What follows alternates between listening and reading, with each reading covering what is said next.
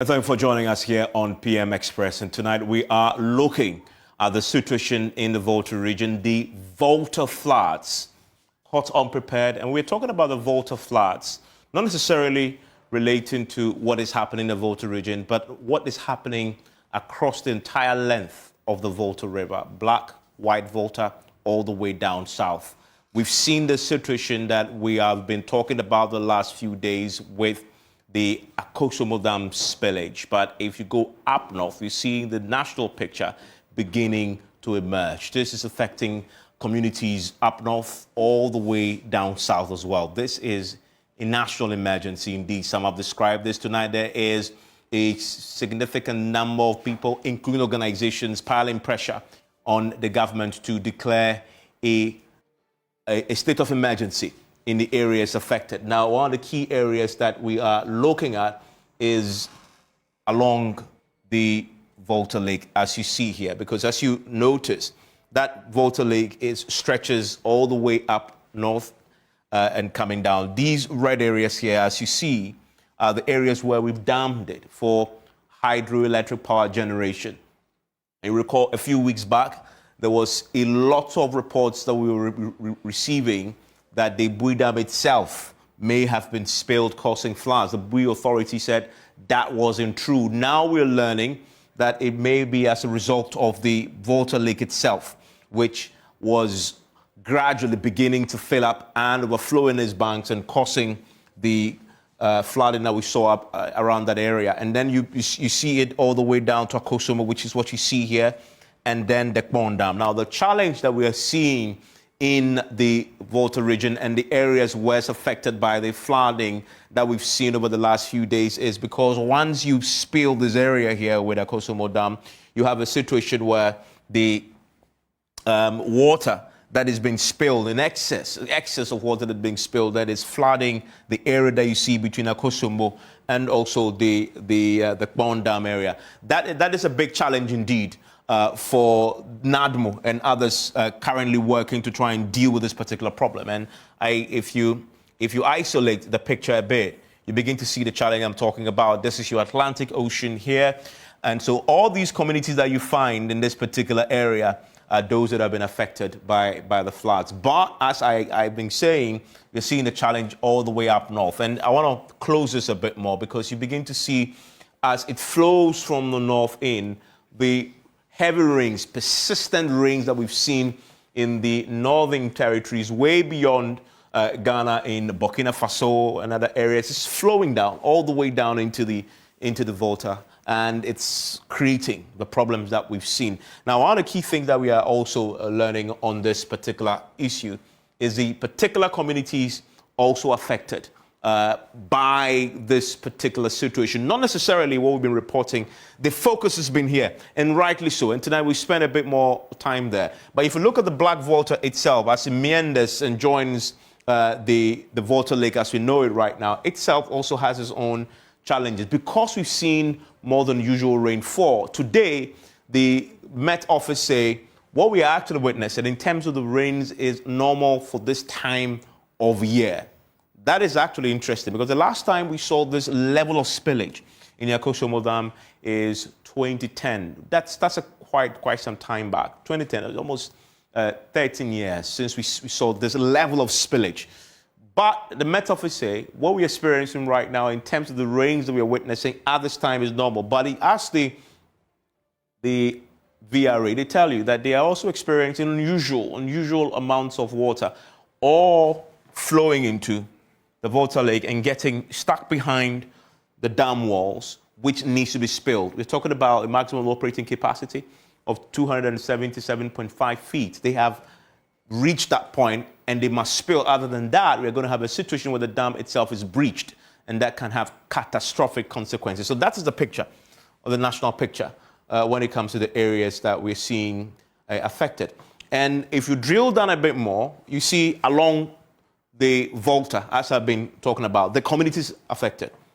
You have the Volta Lake here, and then you begin to see the picture emerge of the central Gonja area, which we know is also experiencing flooding, and they've been experiencing flooding for the last few weeks, right? So whereas we're focusing a bit here, If you go to Central Gonja, we talked to the DCE there, they have been dealing with this problem along the Volta, right? And then you also look at Pru East. Pru East also has the same challenge. They've also, way before we started reporting the situation here in the Volta area and downstream of the Akufo-Addo Dam, we're reporting flooding affecting homes and sweeping property and livelihoods away. The Member of Parliament for the area, who's also a former Power Minister, Dr. Kwabena Donko, has been saying that they have been neglected because obviously, compared to what we're seeing down south and the devastation and our ability to cover this, because it's very close to us, is obviously brought the gravity of the situation to light. But we haven't focused much here. And I want to give the national picture as we focus and zoom in on what is happening here so that we appreciate what we are talking about. This is a national issue right now. Why do we say that? We had a Navy yesterday actually confirm that it had to rescue about 8,000 people across the length of the Volta Lake, as I've just been illustrating to you. And then you also have Pru West. So you have Pru East, you have Pru West, all of them affected by the flooding. So you see the flooding here, you see the flooding here, that deep blue is flooding as we've been tracking over the last few days. And then you see the Central Gonja area flooding also there. So there's something unusual happening along the banks of the Volta. Indeed, that is something that we need to be focusing on.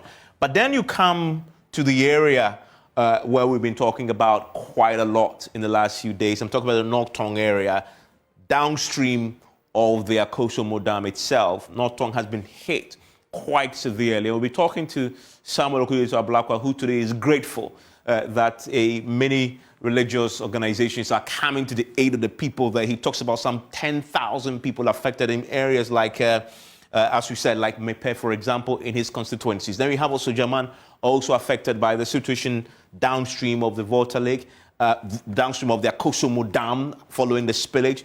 You have the Central Tong district also. You have the South Tong. You also have the Shayo Sudoku area affected by this. You have the Adan East area affected by the situation, and Angloga also affected. As you see on your screens there, that is the Volta Lake and this path there. So you're beginning to see a situation where that path that you see, the Volta Lake, that path, the communities along the stretch, they rely on the Volta Lake for the agriculture, for the aquaculture, but they are beginning to see, following the spillage of the Akufo-Addo Dam, that the waters have now become very destructive. The entire communities have been submerged and swept away.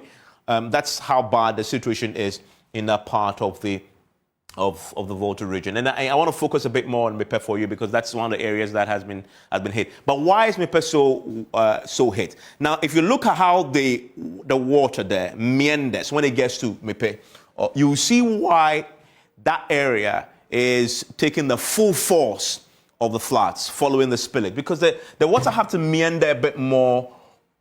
There isn't a direct flow as you have, for example, right after Mepe. So you see this area here. You see how the water here comes in here and almost needs to do a climb before it descends into the ocean. So the force with which the water can move in is slowed. So you have an accumulation of water, and also because of the force of which the water is now pouring in after the spillage, it then gathers here and then spills over into communities. That's why this whole area here we marked it red.